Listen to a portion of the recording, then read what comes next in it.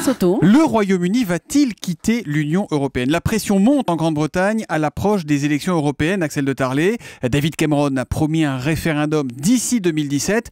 On peut dire que ce serait un séisme. Oui, David Cameron s'est fait piéger dans cette histoire parce que pour satisfaire les eurosceptiques de son camp, il a promis ce référendum, sauf que maintenant, la mécanique est enclenchée.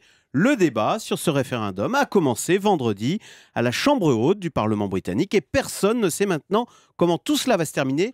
L'an dernier, 46% des Britanniques disaient vouloir quitter l'Union européenne. Vous voyez, il n'en faut pas beaucoup pour que ça bascule. Et d'autant que souvent, quand il y a un référendum, on sait que quelle que soit la question, la réponse est non. non. Quelles seraient les conséquences pour la Grande-Bretagne d'une sortie de l'Union européenne? Eh bien, ce serait un isolement terrible. D'ailleurs, Barack Obama a déjà prévenu les Anglais. Si vous sortez de l'Union, vous disparaissez. Et certains déjà s'amusent à rebaptiser la Grande-Bretagne la Petite-Bretagne parce qu'il y a un autre référendum dans les tuyaux, c'est celui sur l'indépendance de l'Écosse qui aura lieu, lui, le 18 septembre prochain. Donc certains imaginent déjà une Grande-Bretagne amputée de l'Écosse et en dehors de l'Union européenne. Alors la Grande-Bretagne pèse dans l'Europe aujourd'hui.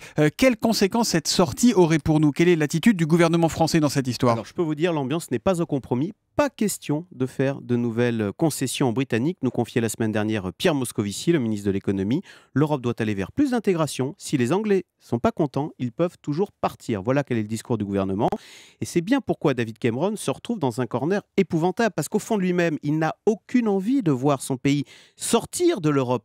Pour des questions d'influence, mais aussi pour des questions pragmatiques d'économie, tout simplement. Car pour beaucoup d'entreprises américaines ou asiatiques, la Grande-Bretagne est la tête de pont pour pénétrer le gigantesque marché européen, 500 millions de consommateurs. Et puis deuxième point, très important, si la Grande-Bretagne quitte l'Europe, c'est la mort de la City.